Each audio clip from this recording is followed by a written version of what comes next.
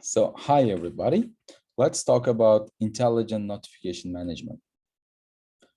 So, idea is if the notification management system is intelligent, they should send us only in opportune moments, where opportune moment refers to receptivity, when we are highly receptive.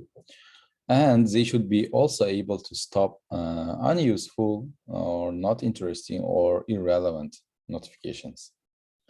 And this is the part the work focuses on, stopping unwanted notifications. And they do it using like something called rules and association rules. And this is mined from the user's behavior, right? Based on user behavior, they mine some patterns. So one rule or maybe pattern can be seen here, where the rule says stop all the notifications from Facebook if the candy and crush words are there.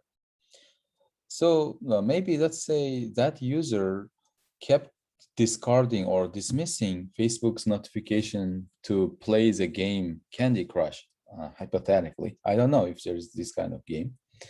Then the algorithm will learn to discard these kind of rules automatically, right?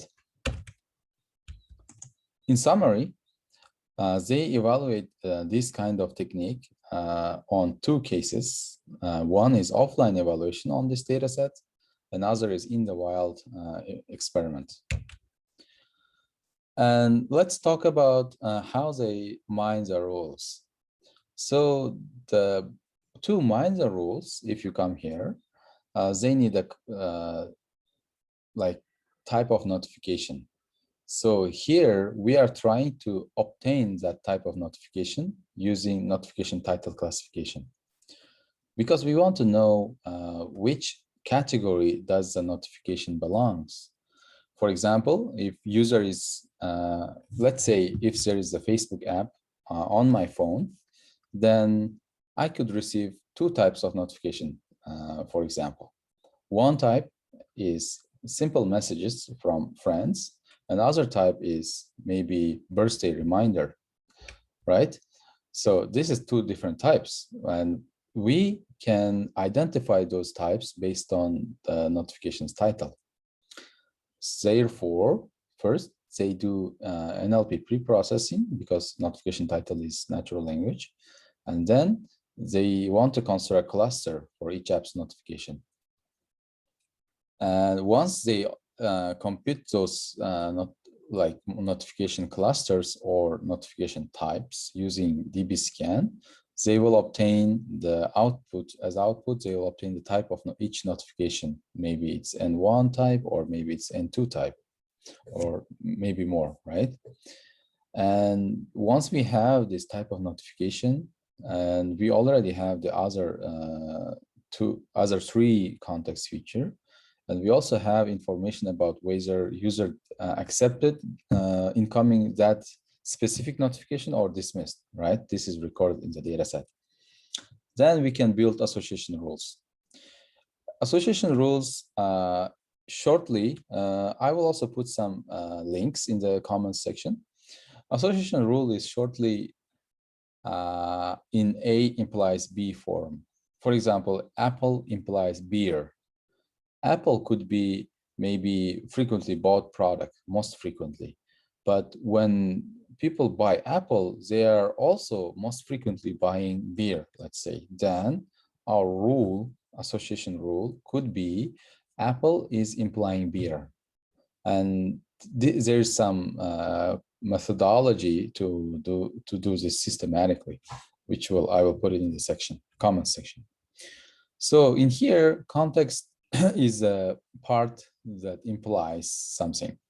For example, based on like type of notification or location, maybe when I'm at work, I'm discarding any type of Facebook notification, right? Then in that case, my subsequent rule would be like when I am at work, and notification type is maybe N2, which is Facebook. Facebook's maybe birthday reminder something, then dismiss. Actually, let's see some example here. Example is some user accepts a birthday reminder from Facebook, and she accepts it only in the morning and when she's at home, right? Then our rule could be like here, N2, which is a type of the Facebook birthday reminder notification obtained from here. So N2, and when the type of notification is N2, and when the user is at home and in the time of the day is morning, then she accepts, right? And other times she didn't accept. So then other times we mind the dismiss rule. Now, let's talk about briefly on the setting, and then we will see some evaluation results. So, sorry. So their evaluation procedure is tenfold, which means for each user, they split the data set into 90% and 10% for train test split, and they do it 10 times. And for each user, sorry, this is not a fault, that they mine the association rules from 90% of the data, and they test on the 10% of data, which is in line with tenfold cross-validation. And then, because they want some overall score, not the individual score of each user, they aggregate it using mean.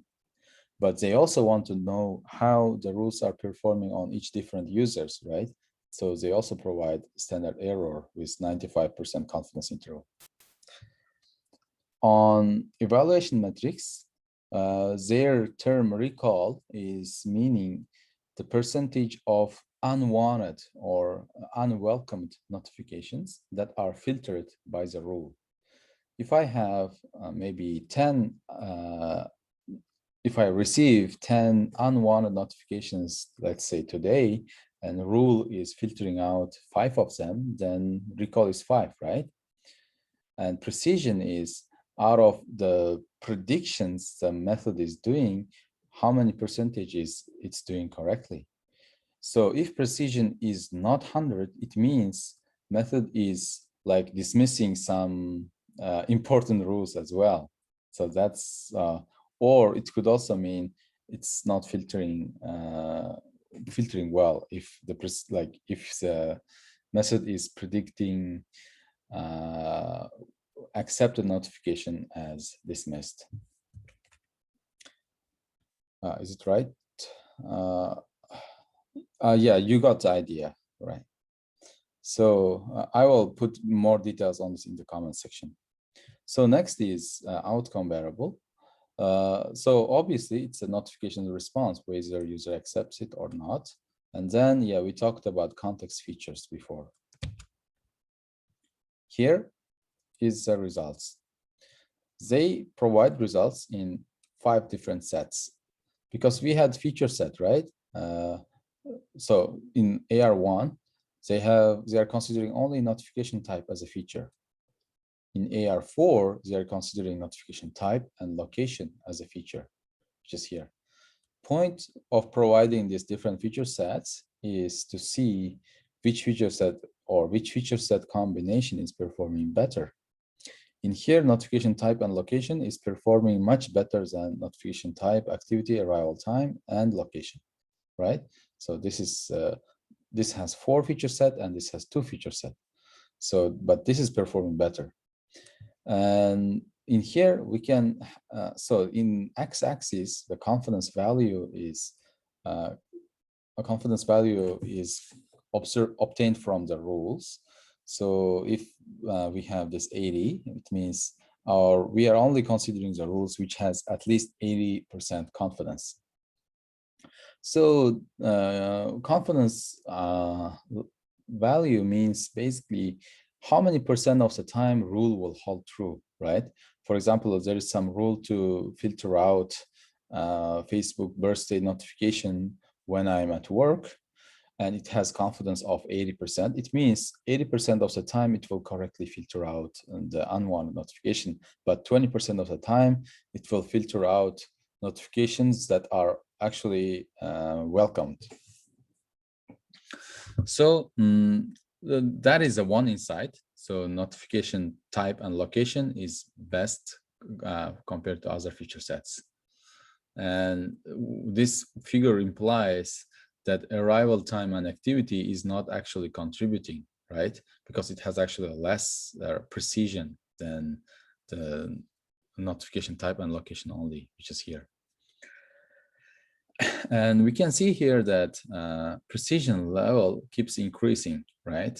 As we have more and more confidence, and it's natural because like higher confidence means the rule will hold true most of the time, which is translating to higher confidence or higher precision in classification setting. However, the recall is a little bit lower. So if we consider this 80%, there is 90% confidence, 90% precision, and 35% recall.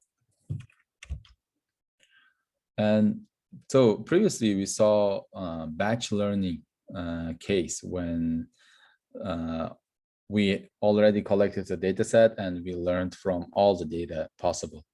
But in this case, now we are not using all the data. For example, in day one, we are like considering, even though we already collected the data, but we are considering we don't have any data in day one, right? So that's why we are not filtering any notification. So in here, if we have higher recall, it means we are filtering notification, right? And if we have like low precision, during filtering, we are making mistake. So in here, high precision is no good because obviously we don't do any mistake when we are not filtering any notification, unwanted notification. So in here, new rules are constructed.